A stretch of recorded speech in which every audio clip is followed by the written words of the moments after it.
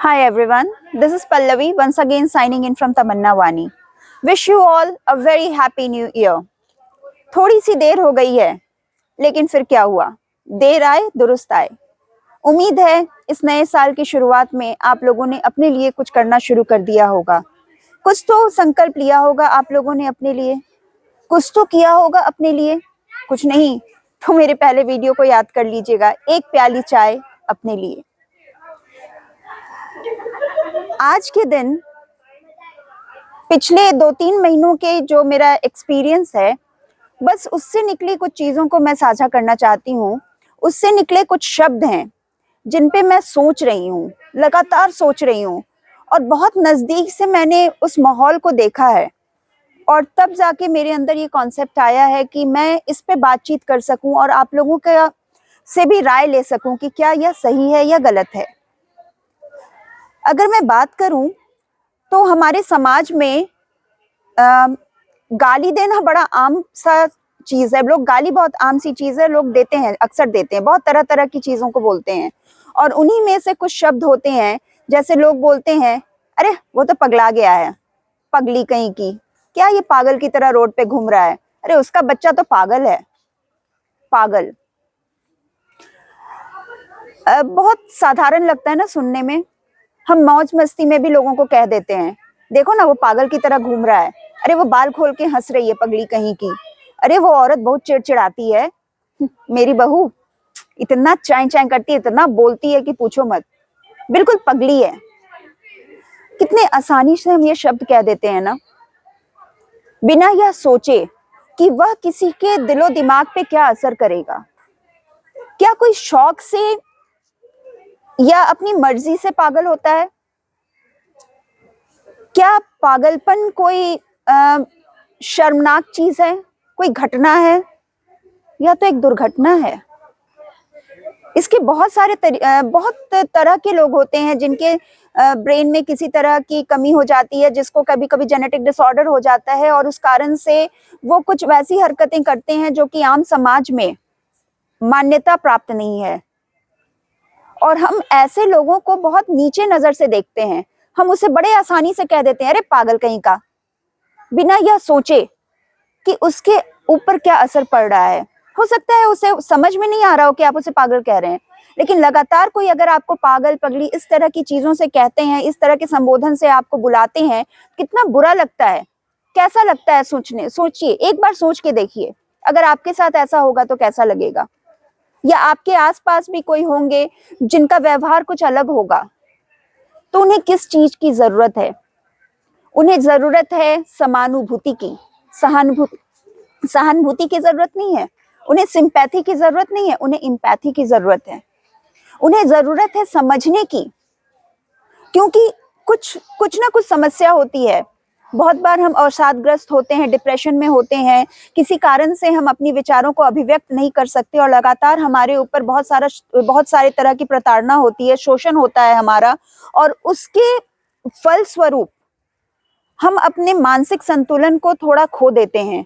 हम चिड़चिड़े हो जाते हैं, हम जोर से बोलने लगते हैं, हम गुस्से में बोलने लगते हैं, हम कुछ अजीब सी हरकत करने लगते हैं, हम लोगों से मिलना पसंद नहीं करते।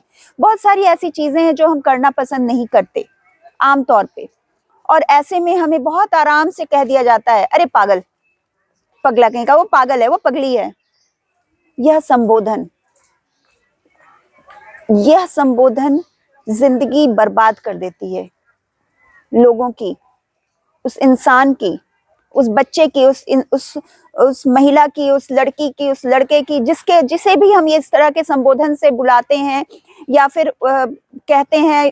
अगर आमतौर पे भी कहना शुरू कर देते हैं तो बहुत ही ज्यादा असर पड़ता है। बार बार इस तरह का संबोधन करना अमानवीय है। समझने की कोशिश करें। अगर अपने आसपास आपको कोई भी व्यक्ति ऐसा दिखे, कोई भी इंसान ऐसा दिखे, तो उसे इंसान समझें, उसके अंदर की संवेदना को समझें, उसके अंदर की समस्या को समझें। अगर संभव हो तो उसके इलाज की तरफ जाएं, उसके साथ समानुभूति करें। बहुत बार यह समानुभूति ही उसे सही कर देती है, उसके दिमाग को, उसके बीमारी को सही कर देती है, क्योंकि दवा से भी ज्यादा साइकोलॉजी असर करता है। और यह प्रूव हो चुका है, बहुत सारे एक्सपेरिमेंट्स इस पे हो चुके हैं और यह प्रूव हो चुका है। तो अपने आसपास भी लोगों को अगर आप देखते हैं जिनके साथ इस तरह की समस्या है, तो उन्हें ये मत बोलें कि पागल है, पगली है, या मजाक में भी किसी से ना कहे। उनके साथ सहानुभूति, समानुभूति बिल्कुल ना करें, उनके साथ समानुभूति करें, उन्हें करने देना अपना काम। बहुत बार क्या होता है कि हमारे घर में अगर किसी के साथ कोई समस्या हो जाती है, या फिर हमारे आसपास इस तरह के बच्चे होते हैं, या कोई भी होता है, बहुत बहुत बहुत तरह की बीमारी होती है जिसके बारे में हमें जानकारी ही नहीं होती, तो उस जानकारी को हासिल करें। अगर नहीं पता है तो पूछें और समझें, और समझने के बाद ऐसे लोगों के साथ अपने नजरिए को बदलें, इसे मजाक में भी इस्तेमाल ना करें।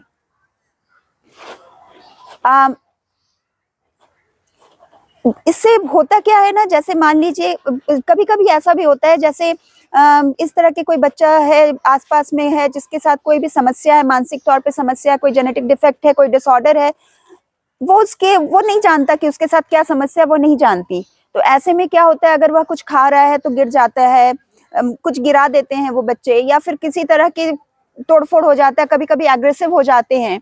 तो ऐसे समय में हमें क्या करना चाहिए?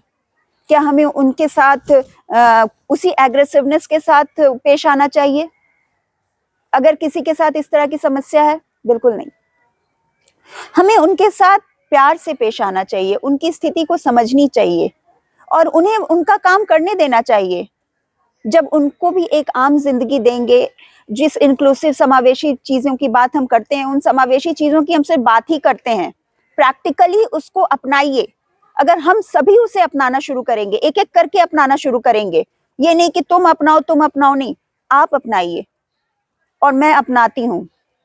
ये नए साल में मैंने ये संकल्प लिया है कि मैं अपनाऊंगी, मैं इंक्लूसिवनेस की बात करूंगी नहीं, बल्कि समावेशिता की को अपनाऊंगी, उसे अपनी जिंदगी में एक जिंदगी का हिस्सा बना के उसके साथ काम करना शुरू करूंगी।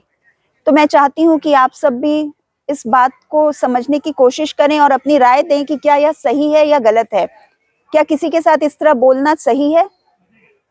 कभी भी मजाक में भी इसे इस्तेमाल ना करें। बस इसी छोटी सी, मतलब यह मेरा पिछले कुछ समय का एक्सपीरियंस है जो मिला के यहाँ पे आया है, तो बस इसे आपके साथ साझा करना चाहती थी, आपकी राय भी लेना चाहती हूँ।